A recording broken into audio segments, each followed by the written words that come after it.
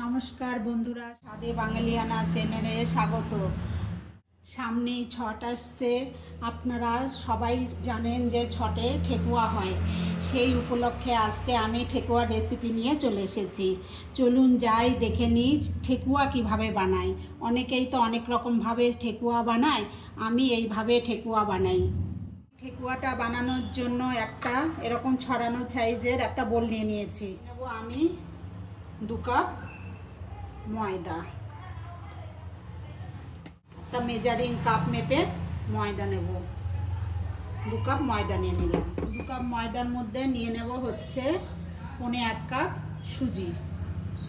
এটা আমি সুজি আর ময়দা দিয়েই করব, এর মধ্যে আমি আটা দেব না। অনেকেই অনেক রকমভাবে বানায়, আমি এইভাবেই বানাবো। এখন এর মধ্যে দিয়ে দেব 1/2 কাপ ঘি। এখন ঘিটা 1/2 কাপ থেকে আমি একটু কম দিলাম, এটা আমি পরে ইউজ করব। এর মধ্যে যত ঘি দেবেন তত টেস্ট হবে। এটা আমি এখন এরকম করে মিশিয়ে নেব। অনেকেই অনেক রকমভাবে বানায়, আমি এইভাবেই বানাবো, খুব টেস্ট হবে। এখন এর মধ্যে আমি দেব ড্রাই ফ্রুটগুলা মিশিয়ে। কিছুটা কাজু আমি ছোট ছোট কুচি করে নিয়েছিলাম, দিয়ে দেব কাজুটা। এর মধ্যে কিছুটা কিশমিশ কুচি কুচি করে কেটে নিয়েছি, এটাও আমি দিয়ে দেব 1 চামচ মৌরি, এটা আমি একটু আমল দিস্তায় থেতো করে নিয়েছি, এটাও দিয়ে দেব। এখন এটা আমি ভালো করে হাত দিয়ে মিশিয়ে নেব।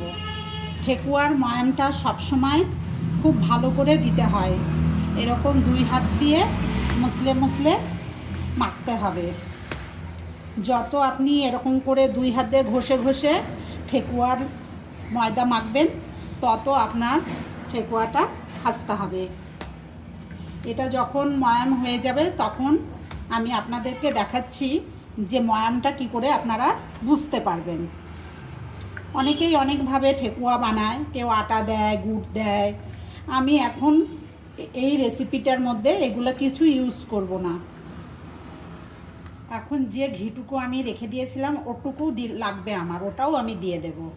যত ঘি দেবেন তত ঠেকুয়ার টেস্ট হবে। যে কোনো জিনিস ড্রাই ফ্রুট দিলে তো টেস্ট একটা আলাদা আসবেই। সবার তো সব রকম সম্ভব হয় না, তাই দেয় না, কিন্তু দিলে পরে দারুণ সুন্দর হয়, টেস্টটা দ্বিগুণ বেড়ে যায়। এই ঘিটাও আমি দিয়ে দিলাম। এটা এখন আবার মেখে নেব, এরকম কষলে কষলে মাখতে হবে। ঠেকুয়ার স্বাদ আসবে ময়ামের উপরে। সব ঠিকঠাক ময়াম হলে সেই ঠেকুয়া দারুণ হবে। আমার যে এখন ময়ামটা হয়ে গেছে, এটা দেখুন আমি দেখাচ্ছি। এরকম মুঠো করবেন, দেখবেন একটা মন্ড মতন হয়ে যাবে, সেটাকে ভাঙবেন, এরকম ঝুরঝুর করে পড়বে, তাহলেই ভাববেন যে ময়ামটা পারফেক্ট। এখন আমি এর মধ্যে মেশাবো নারকেল গুঁড়ো। এখানে ফ্রেশ নারকেলের গুঁড়ো আছে 1.5 কাপ, আমি মেজারিং কাপ দিয়ে মেপেই নিয়েছিলাম আগের থেকে। এটা দিয়েও এখন ভালো করে মিলিয়ে নেব। মাখাটা হয়ে গেছে, এখন আমি মেশাবো চিনি। এখানে 1.25 কাপ চিনি আছে। চিনিটা আপনারা অবশ্যই মোটা দানার নেবেন। মোটা দানার চিনিটা দিলে উপরে ভাসবে, ভাজার পরেও একটু করে দেখা যাবে, তাহলেই ভালো লাগবে। আপনারা চিনির ইটাও করতে পারেন, রস করেও নিয়ে এর মধ্যে দিতে পারেন, কিন্তু গোটা চিনিটাই বেশি ভালো ঠেকুয়ার জন্য। আর একটু চিনিটা দিয়ে আমি মিশিয়ে নেব। এখন আমার মাখাটা হয়ে গেছে, এই দেখুন একদম। এখন এটাকে আমি দুধ দিয়ে মাখবো। অনেকেই জল দিয়ে মাখে, আমি এটা দুধ দিয়ে মাখবো। দুধের কোনো মাপ নাই, যতটা লাগবে। একটা শক্ত ডো বানাতে হবে, ততটাই আপনারা দেবেন। আপনাদের ঘরে যদি মেজারিং কাপ না থাকে, যে কোনো একটা কাপ কিংবা বাটি আইডিয়া করে নেবেন, সেই বাটি মেপেই দেবেন। এখন আমি অল্প অল্প করে দুধ দেব আর ডোটাকে বানাবো। এটা আমি বেশি নরম করে মাখবো না। ঠেকুয়ার ডো সবসময় একটা শক্ত ডো বানাতে হয়, আর এটা মাখতে মাখতেই নরম হয়ে যায়।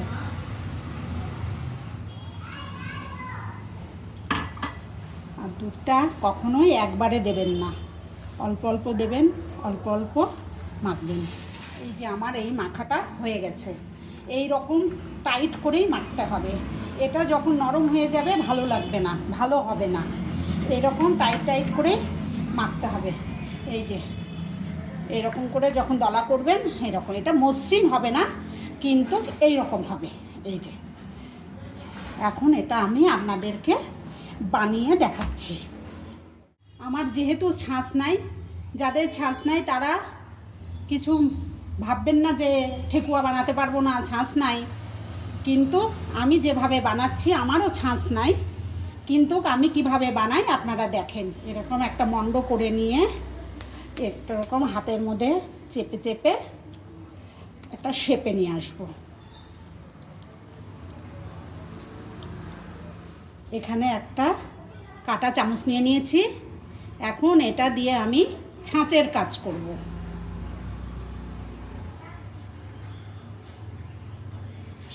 এই যে এরকম করে আমি একটা ডিজাইন করব।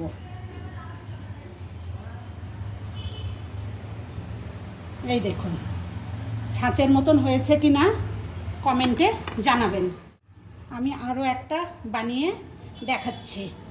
এরকম একটা হাতের মধ্যে নিয়ে এরকম একটা শেপে আনবেন, চ্যাপটা করে পাতার শেপে আনবেন। তারপরে একটা কাঁটা চামচ দিয়ে এরকম করে ডিপ করে করে ডিজাইনটা তুলবেন। দেখুন বন্ধুরা ছাঁচের মতন হয়েছে কি না দেখুন। এরকম করে আমি সবগুলো ঠেকুয়া বানিয়ে নেব। এই যে আমার ঠেকুয়াগুলো বানানো হয়ে গেছে। এখন এগুলো আমি ভাজতে চলে যাব। এখানে একটা কড়াই বসিয়ে দিয়েছি, গ্যাসটাও জ্বালিয়ে দিলাম। এর মধ্যে পর্যাপ্ত পরিমাণে তেল দিয়ে দেব। তেলটা অবশ্যই একটু বেশি দেবেন, ভাজতে সুবিধা হবে। তেলটা আমার গরম হয়ে গেছে। এইটা আমি হালকা হিটে করব। কি করে বুঝবো? এখানে একটা আমি ছোট্ট দিয়ে দেব। হ্যাঁ, আমার তেলটা গরম হয়ে গেছে, কেননা এটা পুরো হিটে দেওয়া যাবে না। এটা এখন হিটটাকে লো করে দিলাম, দিয়ে একটা একটা করে ঠেকুয়া ছেড়ে দিলাম। একবারে আমি বেশি দেব না, 4টে করেই দেব। এখন আমি উল্টিয়ে দেব। হিটটা লোতেই থাকবে। এরকম করে ধীরে ধীরে ভাজতে হবে। এই যে এরকম করে উল্টে পাল্টে ভেজে নেব গোল্ডেন কালার করে। আমার এগুলো ভাজা হয়ে গেছে। এরকম করে তেল ছেঁকে তুলে নেব।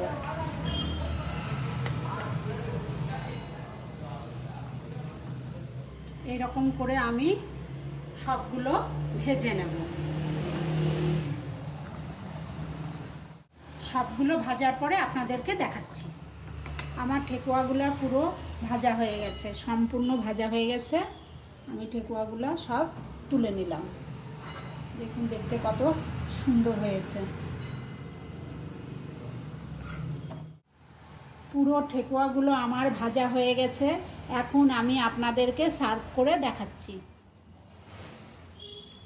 এই যে আমার ঠেকুয়াগুলো হয়ে গেছে। ভিডিওটা প্রথম থেকে শেষ অবধি দেখার জন্য অনেক ধন্যবাদ। লাইক, শেয়ার, কমেন্ট করতে ভুলবেন না। ইউটিউব থেকে দেখলে সাবস্ক্রাইব করবেন, আর ফেসবুক থেকে দেখলে আপনারা ফলো করে দেবেন। আবার আসবো নতুন কোনো ভিডিও নিয়ে।